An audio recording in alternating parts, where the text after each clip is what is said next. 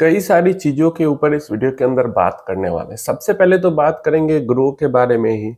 तो अब जाकर जब 1 डेढ़ महीना बीत चुका है, तब जाकर मेन जो मेजर मीडिया प्लेटफ़ॉर्म है, उसमें से भी सारी नहीं, 1-2 मीडिया प्लेटफ़ॉर्म जिन्होंने कुछ वीडियोज़ बनाए हैं और जिन्होंने कुछ आर्टिकल्स प्रिंट किए हैं, मतलब आर्टिकल्स लिखे हैं वेबसाइट पे ग्रो के बारे में।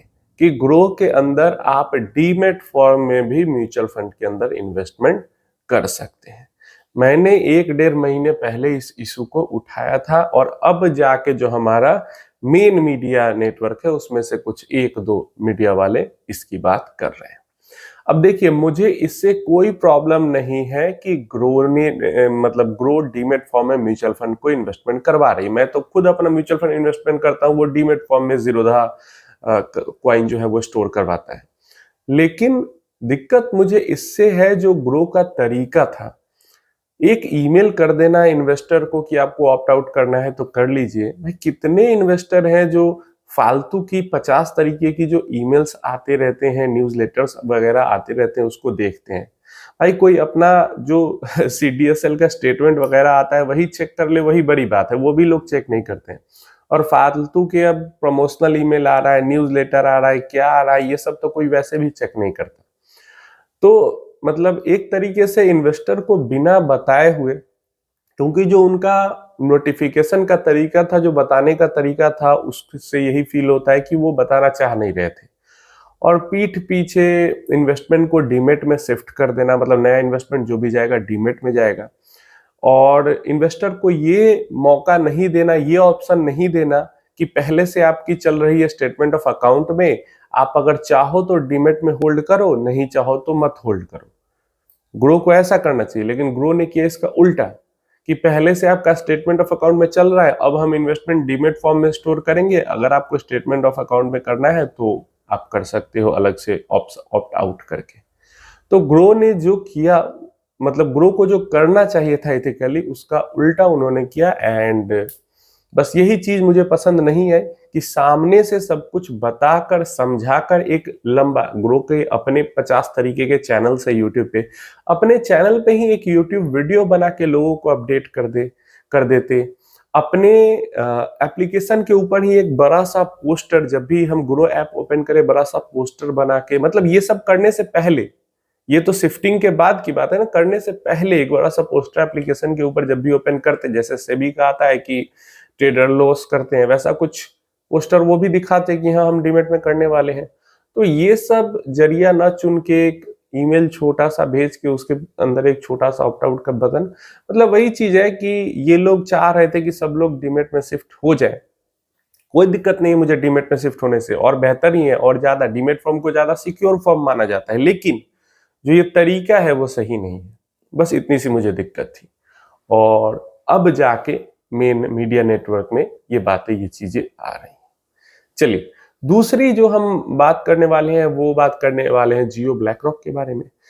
जियो ब्लैक रॉक को लेकर बहुत ज्यादा हाइप क्रिएट की जा रही है, हद से ज्यादा हाइप क्रिएट की जा रही है। एंड 70% ऑफ द कंटेंट जो जियो ब्लैक रॉक का देखने को मिल रहा है ना, वो मतलब पेड प्रमोशन वाला ही कंटेंट है। कोई टैग लगा रहा है पेड प्रमोशन का, कोई टैग नहीं लगा रहा है।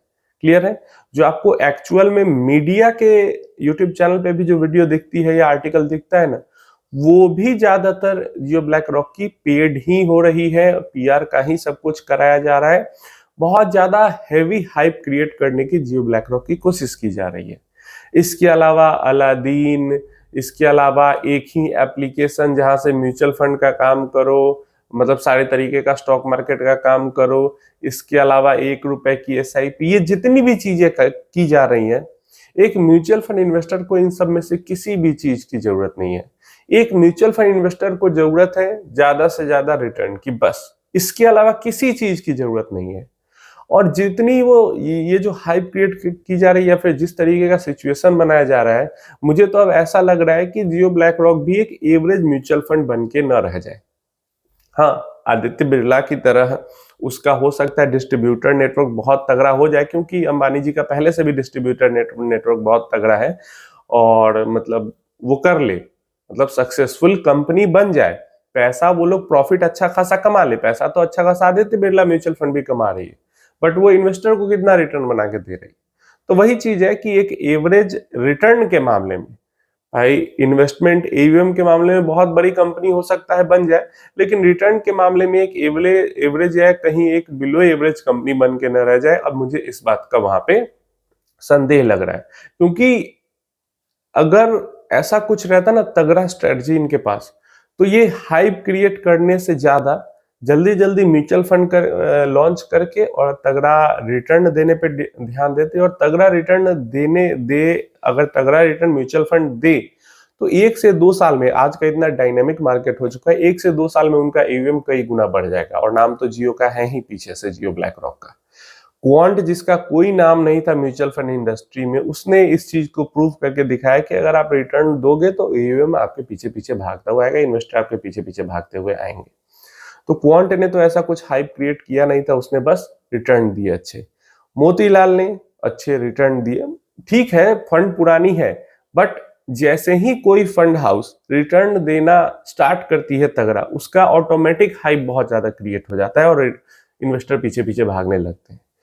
तो फ्री का पब्लिसिटी इनको मिल सकता है अगर ये अच्छा रिटर्न दे सकते हैं, लेकिन वो नहीं करके ये पेड प्रमोशन पे, पीआर पे, इन सब पे ज्यादा खर्चा कर रहे हैं। और पता नहीं, मुझे अब तो शक भी ही हो रहा है कि कैसा ये रिटर्न भी मार्केट के अंदर जनरेट कर पाएंगे। इक्विटी फंड भी लॉन्च नहीं किया, डेट फंड ही इन्होंने अभी तक लॉन्च किया है। देखते हैं कैसा क्या करते हैं। तो आप लोग बस हाइप के चक्कर में मत फंसो, क्योंकि मुझे मतलब जियो ब्लैक रॉक को लेकर डेली इतने मैसेजेस कमेंट्स आते हैं, गिनती नहीं है उनकी।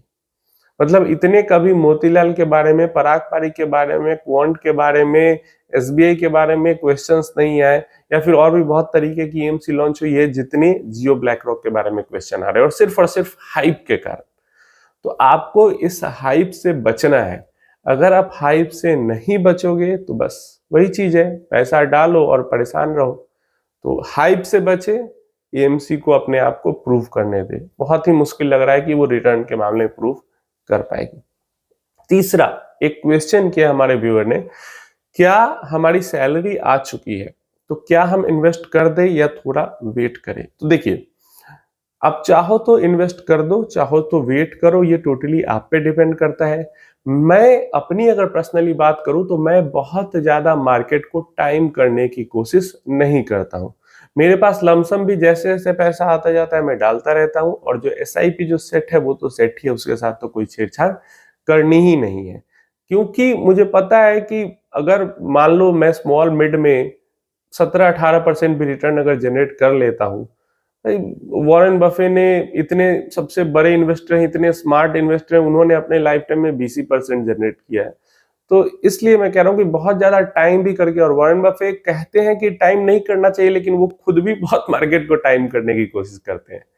तो सब कुछ करके पूरा दिमाग लगा के उन्होंने 20% जनरेट किया है, तो मैं कौन सा 50% यहाँ पे जनरेट कर लेने वाला हूँ म्यूचुअल फंड के थ्रू इन्वेस्ट करके। तो इसलिए बहुत ज्यादा दिमाग लगाने की यहाँ पे जरूरत नहीं है। हाँ, 2 ट्रिगर पॉइंट यहाँ पे जरूर है, जिन ट्रिगर पॉइंट्स की मैं बात पिछले कई वीडियो से कर भी रहा हूँ। पहला ट्रिगर पॉइंट ये है कि जैसे ही मान लो शनिवार को या रविवार को अगर न्यूज आ जाती है कि ट्रेड पैक्ट जो है वो साइन हो चुका है, मिनी इंटरिम डील की तरह जो है वो साइन हो चुका है, या डिफेंस को लेके जो 10 साल के एक डील की बात हो रही है वो साइन हो चुका है, तो बस मंडे से ही मार्केट रॉकेट होना शुरू हो जाएगा। और मतलब एक तरीके से अमेरिका को लेकर कोई भी किसी भी तरीके की छोटी से छोटी डील की भी न्यूज आती है तो मार्केट के अंदर एक तरीके से नई जान फूकेगी और मार्केट ऊपर की तरफ बढ़ने की कोशिश करेगा। नहीं आएगी, और 9 जुलाई के बाद टैरिफ अगर बढ़ जाता है तो जो मार्केट है थोड़ा वॉलेटाइल हो जाएगा।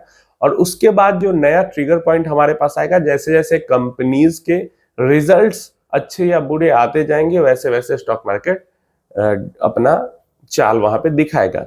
अगर किसी सेक्टर की बड़ी कंपनी के अच्छे रिजल्ट आएंगे, पूरा सेक्टर ऊपर जाएगा। किसी सेक्टर की कंपनी के बुरे रिजल्ट आएंगे, मतलब सेक्टर वाइज, स्टॉक वाइज ज्यादा एक्शन होगा जैसे ही रिजल्ट सीजन जो शुरू हो जाएगा। और वैसे में अगेन मार्केट ऊपर या नीचे उस तरीके का अपना रुख पकड़ेगी। तो आप इस चीज को नहीं समझ सकते हो कि कब कहाँ से मार्केट ऊपर की तरफ भागेगी या नीचे की तरफ भागेगी। अगर अभी की भी हम बात करते हैं तो मार्केट ने तो ऑल टाइम हाई हिट किया नहीं है और 1 साल का लगभग प्राइस करेक्शन यहाँ पे हो चुका है। प्राइस करेक्शन भी हुआ बीच में, टाइम करेक्शन भी 1 साल का हो ही चुका है। ये चीजें हैं और मेरा ओपिनियन तो यही होगा इसको लेकर कि मैं अपनी तरफ से कभी भी मार्केट को टाइम करने की कोशिश नहीं करता हूं और ना करूंगा। आगे भी जैसे जैसे पैसा आएगा वैसे वैसे मैं पैसा डालते जाऊंगा, इन्वेस्ट करते जाऊंगा।